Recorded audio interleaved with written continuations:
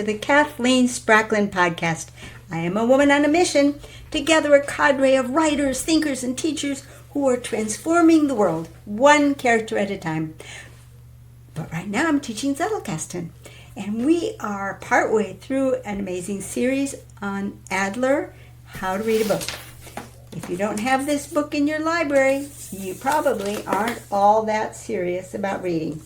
Well, we are diving into exactly how do you do what Adler says to do, especially if you want to work with your Zettelkasten. So this is a direct tie-in, and where we're beginning, we're not beginning with elementary reading because, of course, that's, elementary. So we're beginning with this next level of reading, which is inspectional reading, and that's broken down into two parts. Part 1 and 2, and there are 6 steps to part 1. We covered 3 of those steps in the last video. We're going to pick up the remaining steps to that method in this video. So without further ado, and since we are right in the middle of things, I'm going to jump right in to the down-facing camera. See you over there. So here we are in our 4th step on reading the book. And I have it summarized on this card. If the book has a dust jacket, we're going to read the publisher's blurb. And we're going to look for the main points of the book. Very often, Adler tells us the dust jacket points will have been made by the author of the book and will be at great pains to show us some of his main points. And if we find that the dust jacket is just puffery, well, maybe that tells us something too about whether we want to give our time and our attention to that book. Now, for me, I'm going to be looking at this step because there's an important decision that has to be made after this step of the book. Are we going to go on or are we going to drop it? And when we make that decision, it's going to be based on 2 points. One is the merits of the book itself, but the other is how well does that book suit the purpose for which I began to read the book? And so for that, we're going to be taking a look at that dust jacket and see, well, what did we learn from the dust jacket and how does that compare to my purpose? So here once again is the book we were working on, Simon Sinek's book, Start With Why. And the dust jacket of the book is present. And when we take a look at it paragraph by paragraph, now these steps, all of these steps in this pre-reading of a book are things that you do not have to write down. I am writing them down because I want to be able to show you the steps that I took. So you can go through these way, way faster than I could because I'm writing everything down to be able to share it with you. So I note that the first paragraph in the dust jacket is answering some provocative questions that should be there to help us get an interest in reading the book. Then he goes over 2 interesting leaders, and they're very different people, and he makes the point that even though they're very different, they're very alike in their approach and very unlike most other leaders. Then he talks about how if you read the other leaders, they're most often talking about what they are doing, and it's rare to find someone that leads off with why they are doing.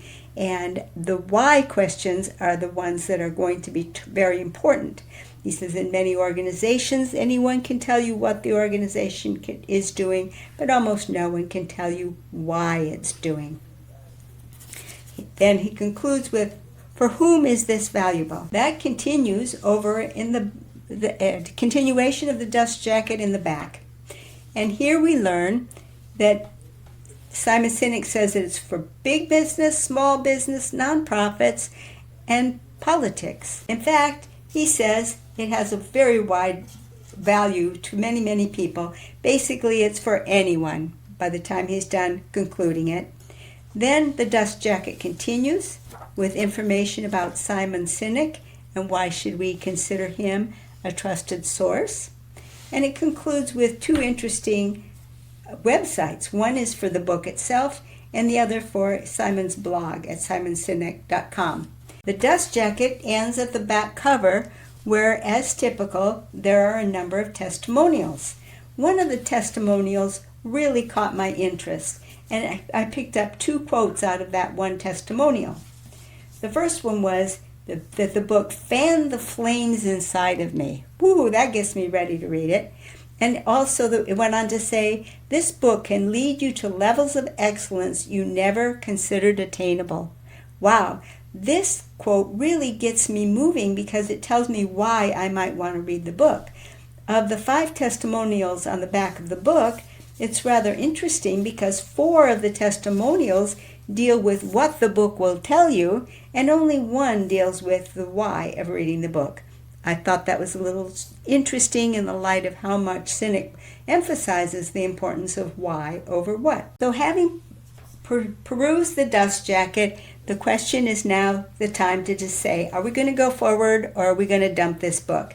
I'm interested, if for no other reason than that last testimonial got me going. I'm ready to continue. I would like to become as good a leader as I possibly can, and this book is based on that testimonial, has a good shot at doing it. So now I'm ready to go on to the next step. Step 5 invites us to take a look at the chapters that seem pivotal to the author's argument. And what we're supposed to especially look for is some kind of a summary statement. And he said these will often be at the front of the chapter or at the end of the chapter.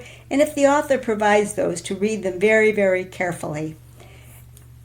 So I'm going to be doing this to be on the lookout for where is the author going and how is he proving his case.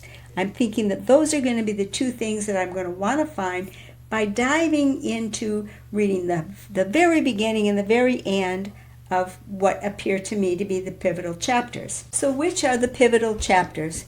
One I spotted early on, which was the golden circle. We saw that come up when we were looking at terms from the index. I thought that one would be a very special one to look at. And it seemed to me also the meat of the subject is going to be these chapters 8 and 9. And so those are the 3 that I identified as being the ones that I'm going to consider pivotal, where I'm going to be looking for some kind of a summary statement, probably at the beginning or at the end of the chapter. So here we are in chapter 3 on the golden circle with that diagram that keeps coming up with Y in the middle. Not a surprise given the title of the book. So I'm going to be looking at the opening paragraph and probably also the closing paragraph. So in the opening paragraph, he's introducing this diagram, and it's the one we saw when we looked up the definition of golden circle. And he makes a mention in the first paragraph that few leaders inspire people. Rather, most of them manipulate people. All of the leaders who manipulate people are alike, and they're opposite of the ones that inspire people. So that seems to be a dichotomy. Are you going to inspire or are you going to manipulate? Although it doesn't exactly tie to this picture at that stage. So next I go to the closing paragraph, and in the closing paragraph it's mostly an admonition, and it's advising corporations to not ask what they do but ask why they do it. So we know again from the opening and the closing paragraphs, we know from the opening paragraph that this diagram is important, and we know from the closing paragraph that we're going to not be as interested in what, but more interested in why. The next chapter that I identified as pivotal was this chapter 8, Start with Why but Know How. And so we're going to take a look at the opening paragraph. And in the opening paragraph, he's talking about Steve Ballmer, and when he got up in front of a large group of people making a major announcement, how animated he was, how dynamic he was, how much the audience enjoyed him. But he concludes by asking the question, is energy enough? That's all we get for an opening. So now we're going to check the closing paragraph. In the closing paragraph, he's talking about an individual called Bruder, and he's summing up an example that was given earlier in the chapter. Since we haven't yet read the chapter, we don't have a background for that, but it appears that what we're being treated with at the end of the chapter is a motivational example. Moving on then to our final pivotal chapter, 9, Know Why, Know How, Then What. The opening paragraph is an interesting description of what is going on in an ad for the Apple Macintosh, and it's just describing what the setting was like as people filed in gray outfits and filled this dull space, everything looking gray. And that's where the opening paragraph stops. When he runs through it, he finishes the description of the dramatic ad where you have an individual running down the tunnel into the cavernous room and throwing a object through the screen and smashing the old order, and explaining why 1984 isn't going to be like 1984. The closing part of this chapter is actually more of a lead into the next chapter, which is about communication, and it's saying that part of the reason why it's difficult to communicate the why is that it needs to be done in symbols. It's hard to describe your why in words. And he talks about how important it is to tell stories that lead to why you're inspired. So that winds up our look at the chapters that seem pivotal. And the thing that made me realize more than anything is I did not see any of these summary statements that tell us a lot about his arguments. What I'm seeing is story after story after story. And the chapters seem to begin with an inspirational story and end with a summary story. So I'm going to have to presume that the meat of the matter is within the paragraph, the chapter itself, in between the two statements. So I can't totally tell where the author is going, but how he's proving his case seems to primarily to be through story, if the way he's starting and concluding is any indication. This means that we're ready to go forward with our final step in the first round of inspectional reading, in the first round of pre-reading. And this section, we are invited to turn the pages of the book. And here's what we're supposed to do as we turn the pages. Just go through the book page by page, but not necessarily read. We're going to dip in here and there, read a paragraph or two, at most a few pages, never more, and then just basically thumb through the book and see if we can get an idea of what the pulse beat of the book is and what is the author's main contention. And whatever we do, we're told, do not fail to read the last few pages of the book. So we're ready to do the last biggest step in pre-reading. Now, this is a place where I had to stop and make a choice. I had to decide. Okay, my plan was to do in written form all of the steps that Adler laid out. But I reached a spot about here in the cards where I had to answer the question, am I really going to do this? Because it was taking a lot of time. And I thought about it and I said, you know what? Yes. Because that's the whole problem that we face with pre-reading a book. It's so easy to read a description of how to do it and just say, and then let it go. So the last thing I wanted to do was just flash something in front of you and say, blip, blip, blip, blip, blip, now you know how, and close the session. If we're going to get a feel for what it takes to do it, let's do it. So here we go. This is starting to finish. We're going to go and we're going to take a look at what do we see as we turn these pages. Introduction, start with why. I flipped through the pages and didn't really see anything that caught my attention. This put me into the part 1 of the book. Assume you know. Again, there was nothing to break up my vision of the book as I went through it. It was just block text. I just kind of looked through it. Once I got to part 2, carrot and stick, we have some of these headlines and things can start catching your attention because you've at least got a headline to begin breaking it up. And in this case, one of the headlines that caught me was fear. And I read a few paragraphs and I felt, okay, this is the section where he talks about leaders who manipulate rather than inspire. Because if someone's a boss, they can always use their power to get the people below them to do what they want them to do. One of the things I also noticed is that it's very thick with examples. When I got to chapter 3, that's our golden circle again, I wanted to take a look and make sure that I got a little bit more out of it because I've already looked at it twice. So I wanted to look at this one in a little bit more depth, and it does seem to be central to his message. And there I found that he makes a big contrast between PC, which focuses on what, and Apple, which focused on why.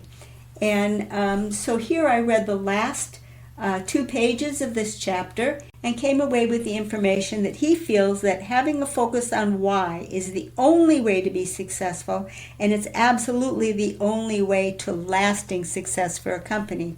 And he concludes with an interesting example of the big railroads, which used to be the predominant method of transportation. A lot of that business was taken away by the airlines, and the author speculates, what if they had defined themselves as being in the mass transportation business instead of being in the railroad business? Would they still be in business today? Chapter 4 was This is Not Opinion, This is Biology. And there's an interesting diagram where he relates the circles to the part of the brain that he says is responsible for handling that. He says that the why part of the brain has to do with the emotional side, whereas the what part has to do with the neocortex or the thought side. I read this section, and he makes the point that gut decisions don't happen in the stomach. They, of course, happen in your brain. And he said your what decisions are coming out of your thought brain, and your why decisions are coming out of your emotional brain. And he says that's part of the reason why we have an easier time describing what the company does, because it's the language side of the brain, whereas he says the why decisions come out of the side that has no language. I might dispute that, but I'll take it at his word for the moment. And I would say less verbal, but I'm not going to argue. So he's saying that because of the fact that what is so easy to articulate compared to why, that becomes part of the reason why companies do not get their why down straight. He says that it's what is easier to articulate, but why is what drives behavior. Okay, chapter 5, clarity, discipline, and consistency. I'm moving pretty fast now. The one thing that I picked up out of this chapter was that if you don't know why, you can't know how. And there's a cute example in this chapter about a young lad, Brad, on his first date, where he's all very busy and telling his date all the what's about himself. Well, and chances are he won't get a second date with all of his boast statements. Chapter 6 on the emergence of trust. He talks about how it's important to find the people who believe what you believe. And that's how you are going to get a trusted team that has trust. Chapter 7, How a Tipping Point Tips, has a very interesting diagram. This diagram explains how a new product becomes adopted, from early innovators, early adopters, then early to late majority, and finally the laggards who only get into it much, much later. And he uses that diagram to explain something that he calls the law of diffusion. The law of diffusion is telling us that if you try to reach the early majority before you've captured the early adopters and the innovators, you're going to have a heck of a job, because you're not going to be able to get them on board with sales and promotions. The way you get them on board is by showing them the excited early adopters and making them want to be in that group, through maybe even making them have to pay a premium or wait a certain period of time to get their hands on the new equipment. Well, at this point, I'm not going to go through every chapter of the book with you to show you what I pulled out. But I do want you to see that I actually did go through every chapter of the book and identified what I found out of it in pre-reading. Because if you don't actually do the work, you don't actually get the results. And so I'll conclude with a quote that he concludes with. When you compete against everybody else, no one wants to help you. When you compete against yourself, everyone wants to help you. So now we have completed all 6 stages of pre-reading the book. The first 6 stages of superficial reading, and we're ready to go on to the second stage of superficial reading. So join me in the next video for that. Okay, so we have now finished reading in Adler and actually applying inspectional reading, systematic skimming, or pre-reading. This is inspectional reading 1. So all 6 steps could be done completely without writing anything down, except your bib card and your purpose. Must write that down. And you might write something down or you might not. The funny thing for me that as I continued with this book, I had to reach a point. At some point did I say, am I going to really go through this whole thing? Or am I going to just cut it off and say, see, now you know how to do it? And the reason why I deliberately went through all of the chapters of the book and showed you what I did is because there's a ginormous difference between, oh yeah, I can do it, and actually doing it. It's the actually doing it that gets you there. And I want to inspire you to actually do it by saying, see, I did it and I had to write it down. You don't have to write it down. You may write things down, but you don't have to. So you could go through that whole process way faster than it took me. I had to write everything down so that I could bring it to you, because that's how important it is to really, really, really do the steps. It's so easy to pick up a book like this and read the pages and turn and oh yeah, I think I'll do that. Yeah, someday. Today's the day. It's like your Zettelkasten. We're doing it now. Today's the day. Next book, do the steps. It really doesn't take that long. And when you realize that it can save you possibly reading the whole book, or it might even be that having done that much, you feel like, well, I think I've got the meat of this book already. And you might already be done. You might make a few notes under your bib card because you picked up some key things. Make a couple of main cards. You might be done with the book, just pre-reading it. And that's a very valuable skill, because if you can get the meat of a book without really having to read it, you've really saved yourself a lot of time and trouble. And not only that, because you're oriented to the book and you've got your focus on it, it's so much easier to get into the flow, to engage your full brain, so the other part of your brain isn't being squirrel and thinking about what you're going to do at work next Thursday, or your grocery list or whatever, because you've alerted it that this is something important, that this is something to focus on. You get your whole brain working at once, and you can just really slurp up the information. So that selective pre-reading might in fact be the only reading you need.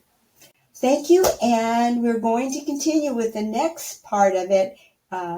This next one, well, I won't spoil any surprises. See you for inspectional reading part 2, superficial reading. Bye-bye.